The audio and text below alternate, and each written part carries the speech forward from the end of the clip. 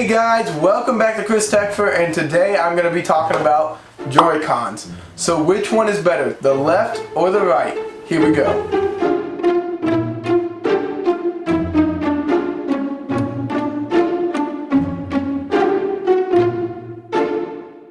So with the left Joy-Con, it is pink, and so you may be like, oh, that's for girls, but really this is the fastest controller in the Switch, and I'll tell you why. Since the left thumbstick's so far over here, it just doesn't seem that the controller turns to the right as well. It favors the left turns a lot more, and it's just because that thumbstick is so far over, it's already used up a lot of the left turn. You notice more speed with this controller, but less turning to the right. So if you have a lot of left turns, you'll be good to go with this.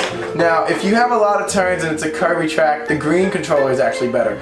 The stick is in the middle. Your little joystick, you can turn left or right evenly, so that's a big plus to the green. But the downside is, whenever I'm in Mario Kart 8, it just doesn't seem like my kart is fast. It always seems like it's underpowered, underwhelming to me. That's where the pink one shines. This bad boy right here takes you from last to first in just a couple seconds. It's just whenever you come into turns, it just seems like you slow down because you have to slow down to turn. You won't have that issue in the green one. Definitely recommend this if you have a lot of turns.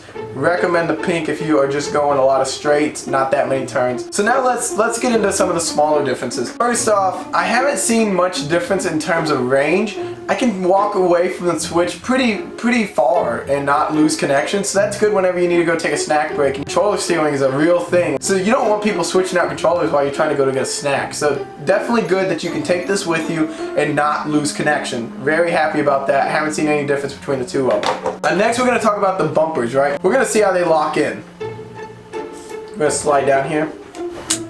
Pretty decent lock, I have to say. It clipped pretty well. Oh man, that green one, it did like 3 clicks. I have to say the green one's locked in just a tad better than the pink.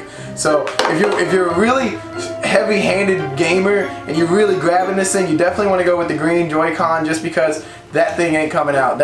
Those bumpers are locked in. If you're a girl, I guess that might be why they made it pink. If you're a girl, you have softer hands, you might want to go with this one. It definitely might come off, but that's okay. You're a girl, you're supposed to lose. Next we're going to talk about the straps, because the straps are crucial when you're playing any game intensely on the Switch. With the pink one, what you're actually going to want to do is take your right hand on the pink one, stick that right hand through here, okay? Now you're going to have to work this pretty weirdly. You're going to put your finger at the top and slide down with your thumb and middle finger. Take the index finger, put it through, take your thumb and middle finger and the ring finger to get that extra reach, because you want this baby locked in so she ain't going nowhere, because things are going to get really intense when you play the Switch. Now you're going to take this, and you're going to have this guide hand. You want to put it up against your wrist, and you're going to lock in, and you're going to play. And you're going to use this right hand to kind of guide you on the screen.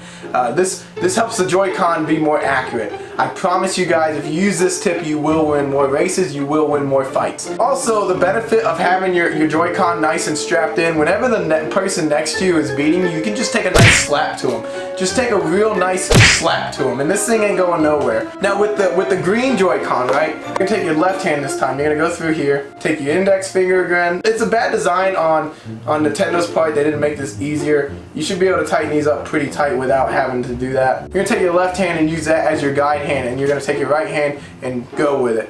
So strap wise, I have to say it feels about the same amount of threads. They feel like they're pretty good quality.